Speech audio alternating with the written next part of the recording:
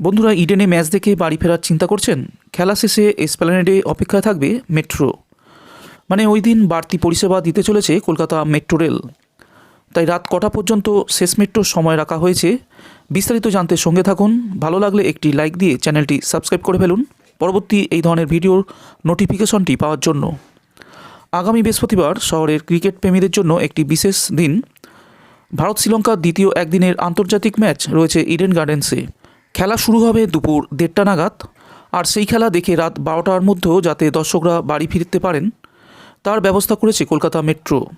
ম্যাচের দিন বাড়তি মেট্রো পরিষেবা চালানোর সিদ্ধান্ত নেওয়া হয়েছে কলকাতা মেট্রোর তরফে। খেলা শেষ হতে হতে রাত প্রায় 9:30। ম্যাচ শেষে স্টেডিয়াম থেকে বেরিয়েই দর্শকরা পেয়ে যাবেন মেট্রো। ক্রিকেট ভক্তদের জন্য এই বিশেষ দিনে সেই বন্দোবস্ত রাখা হচ্ছে। এসপ্ল্যানেড স্টেশন থেকেই ছাড়বে ওই বিশেষ মেট্রো রেলটি। কলকাতা মেট্রোর তরফে জানানো হয়েছে বৃহস্পতিবার ভারত শ্রীলঙ্কা ম্যাচের জন্য একজোড়া বিশেষ মেট্রো রাখা হয়েছে।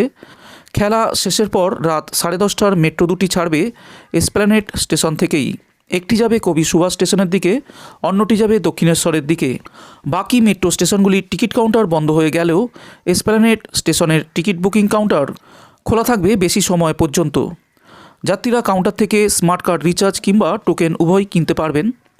এই বিশেষ একজোড়া মেট্রো রাত 10:30টার সময় এসপ্ল্যানেড স্টেশন থেকে ছাড়ার পর উভয় গন্তব্যেরই মধ্যবর্তী সব স্টেশনেই থামবে। মেট্রো দুটি নির্দিষ্ট গন্তব্যে একই সময় রাত 11:03 পৌঁছাবে। অর্থাৎ কবি সুভাষ বা দক্ষিণেশ্বরের কাছাকাছি কোথাও যদি আপনার বাড়ি হয় তাহলে খেলা দেখে রাত 12টার মধ্যেই আপনি বাড়ি ফিরে যেতে পারবেন।